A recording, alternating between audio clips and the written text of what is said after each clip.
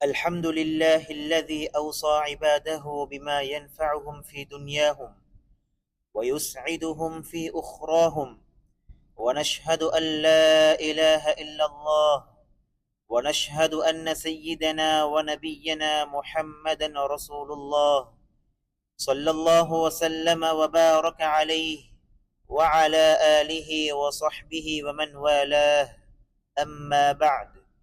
فأوصيكم عباد الله ونفسي بتقوى الله.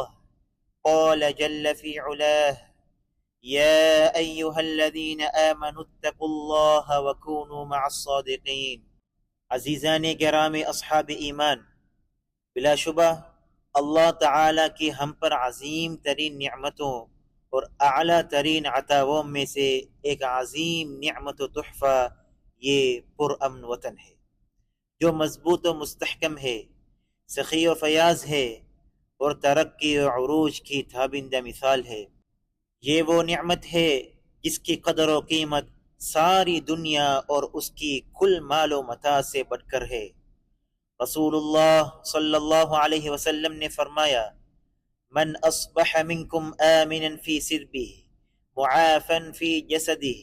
عنده قوت یومہ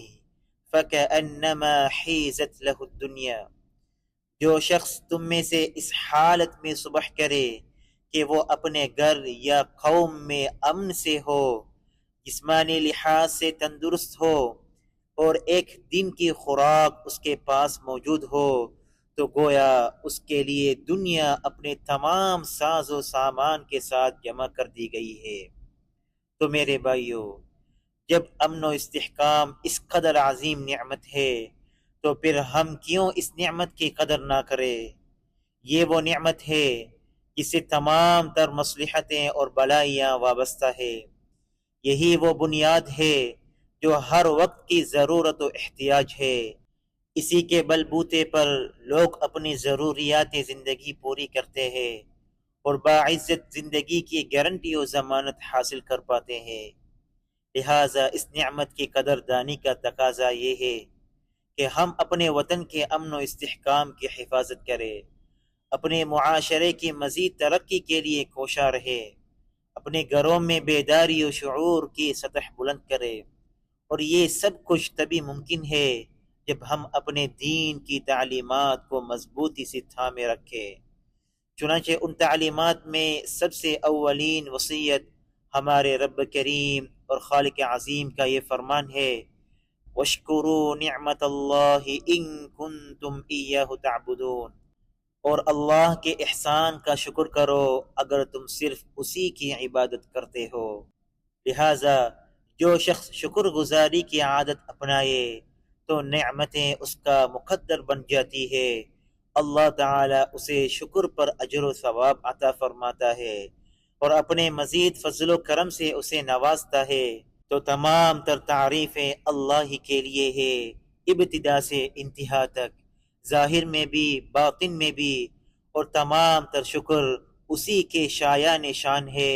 جس نے ہمیں امن و استحکام کی دولت سے سرفراز کیا، جس کے سائے میں ہم اپنے رب کی عبادت کرتے ہیں، اطمینان و سکون سے اپنے دینی شعائر ادا کرتے ہیں، پرکیف ماحول میں اپنی ڈیوٹی انجام دیتے ہیں، اپنے بچوں کو تعلیم دیتے ہیں، اپنے معاشرے کی تعمیر میں شریک کار بنتے ہیں، اپنے وسائل کو ترقی دیتے ہیں اور اپنی ضروریات و مفادات کی تکمیل میں کوشاں رہتے ہیں۔ بس ہم اللہ کا شکر ادا کرتے ہیں کہ اس نے ہم پر یہ فضل و کرم فرمایا۔ دوسری وصیت یہ ہے کہ ہم ہر کام محنت و جانفشانی کے ساتھ کریں، ہر عمل جذب اخلاص اور بھرپور مہارت کے ساتھ انجام دے۔ رب تعالیٰ کے اس فرمان پر عمل کرتے ہوئے وَقُلِ اعْمَلُوا فَسَيَرَى اللَّهُ عَمَلَكُمْ وَرَسُولُهُ وَالْمُؤْمِنُونَ، اور کہہ دو کہ کام کیے جاؤ، پھر عن قریب دیکھ لیں گے تمہارے کام کو اللہ اور اس کا رسول اور مسلمان۔ لہٰذا ہمیں چاہیے کہ ہم اپنے وطن کی تعمیر اور اپنے مستقبل کی تشکیل میں مشغول و منہمک رہے اور ان باتوں میں الجھنے سے گریز کرے جن کا ہم سے کوئی تعلق واسطہ نہیں۔ کیونکہ ہمارے نبی صلی اللہ علیہ وسلم نے ایک صحابی کو نصیحت فرمائی کہ جب دیکھو کہ ہر شخص اپنی فکر و رائے میں مست و مگن ہے، خود پسندی کا شکار ہے، تو خود اپنی فکر میں لگ جاؤ، اپنے آپ کو سنبھالو اور بچاؤ، اور لوگوں کی پھیلائی ہوئی باتوں میں نہ الجھو۔ مطیعان رحمان، اللہ کے بندو، تیسری وصیت ہم اپنے نبی صلی اللہ علیہ وسلم کے اس فرمان سے اخذ کرتے ہیں، انما الامام جنہ،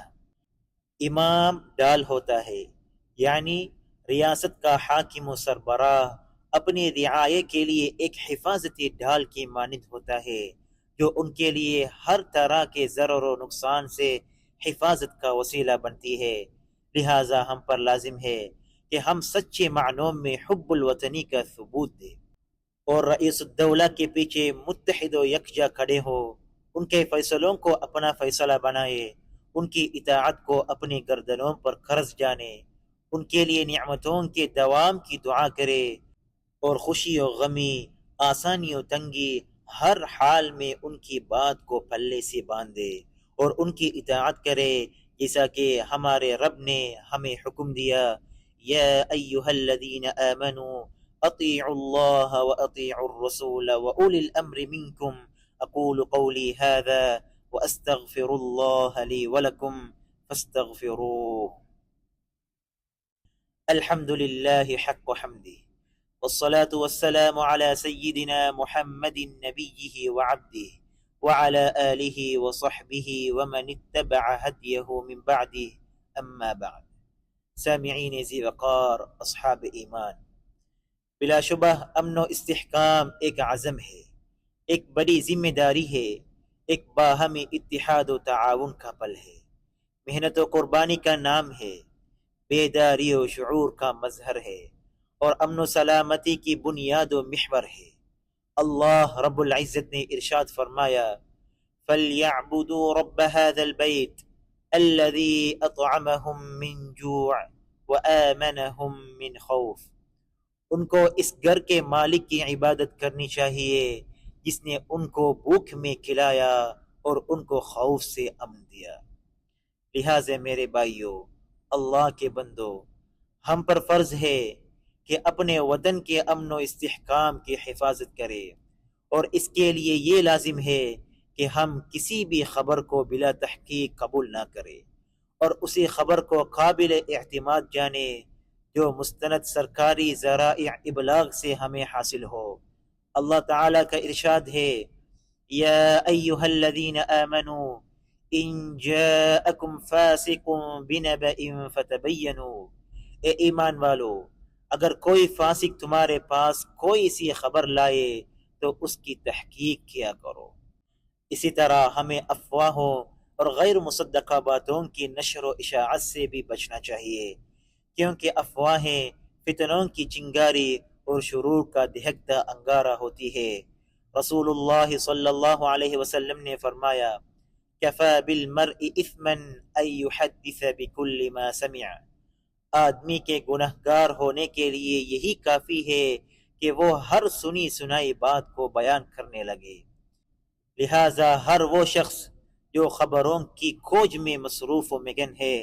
اور بلا تحقیق اسے پھیلا رہا ہے، اسے چاہیے کہ رک جائے اور بس کر دے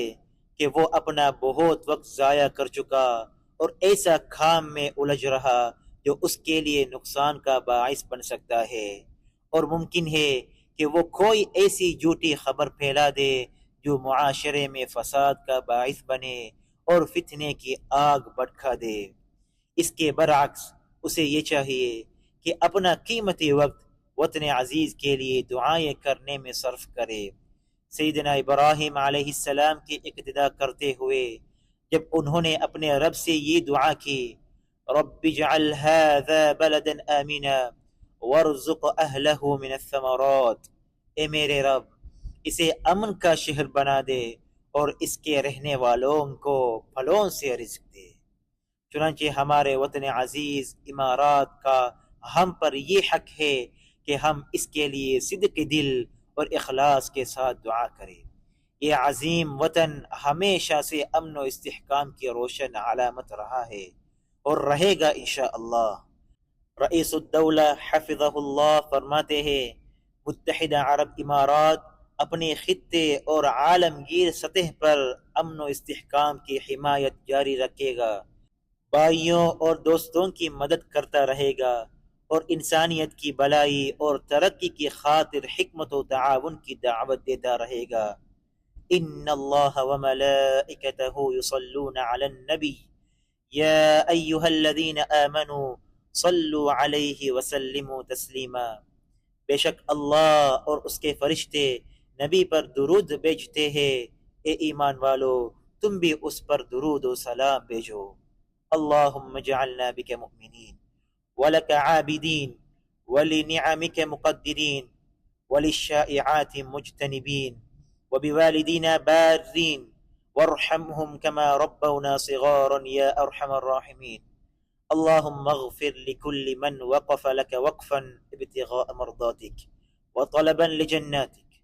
اللهم أدم على دولة الإمارات الاستقرار والرقي والازدهار،